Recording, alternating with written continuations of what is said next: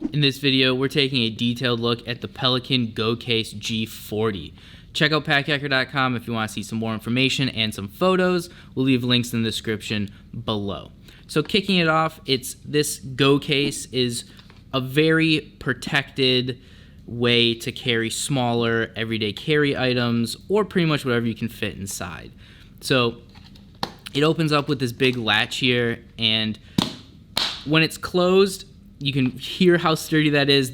It's very everything inside is protected from drops. You've got this large rubber bumper going around the outside that does help with that, and it's also IP67 rated for like water and dirt and snow and dust and all those things that we come to expect from a rugged Pelican product. You can see the logo right there. And we have tested the waterproofness, and it has worked really well. We use it for, a day trip out kayaking and put all of our phone and cash and things in here that we didn't want to get wet, and it worked really well. We had the thing in the water, no problem. So let's open it up and talk a little bit about the organization. So as you can see right off the bat, you've got this little tray here, which is a great size for a cell phone. This is the iPhone 10, and it fits in there pretty well. We even have a small case with like a pop socket on it, and there is room, but we'll talk about some issues we've had with that also. So if we take this tray out, then you can kind of see what else is going on the back of this tray. There's a little elastic loop. We have some headphones in there, which is kind of how Pelican advertises it, so of course we had to test it that way. And then a couple of card slots. So we just have, some dummy cards in here and some Metro cards. So you can see how that works. And it does work pretty well. So if you're going out on a multi-day trip or something, you want to keep your stuff extra secure, you can kind of use this as a bit of a wallet. It is quite large. We have found that you can put some cash folded up here too, and it stays nice and flat, which is nice. Flatter than the headphones.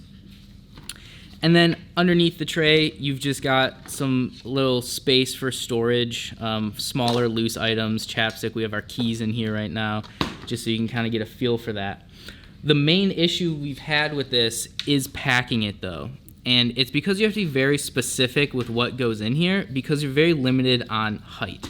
So we just kind of tossed our headphones back in here, which is kind of how we've been using it. And it's a little sloppy, but that's okay. And if the items that you have underneath, even something small like chapstick and keys, are in here, the tray doesn't sit. So you can see it's poked up quite a bit. And I mean, if you say it's a little extreme, like let's take out the keys and just put the chapstick in, and you can get it to work if it goes, away from the headphones. But as soon as you get close to the headphones, you have the same issue. And what we've been having to do is just like make sure our stuff's in a specific spot. So keep small things up at the top if we have our headphones in, because we know they're gonna be down here. And then that extra space in the bucket is just kind of for the headphones to dangle in.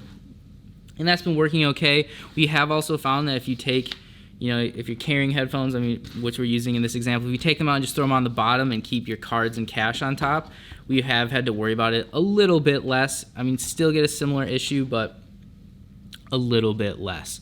And then, what that means is if this tray is not perfectly flat, when you go to put your phone in there, you may see, if you can kind of see the corner here, you've got a little bit of a gap, some resistance.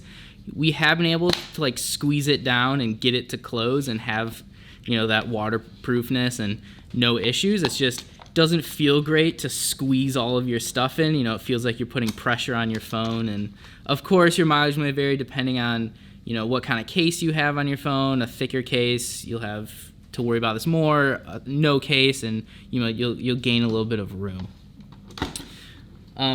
So that's kind of how we've been packing it. It's a little too thin to put a wallet in here. Of course, we have a super minimal card sleeve. You can probably get that to work, but mostly we've been keeping our stuff on the back here, and it's done an okay job.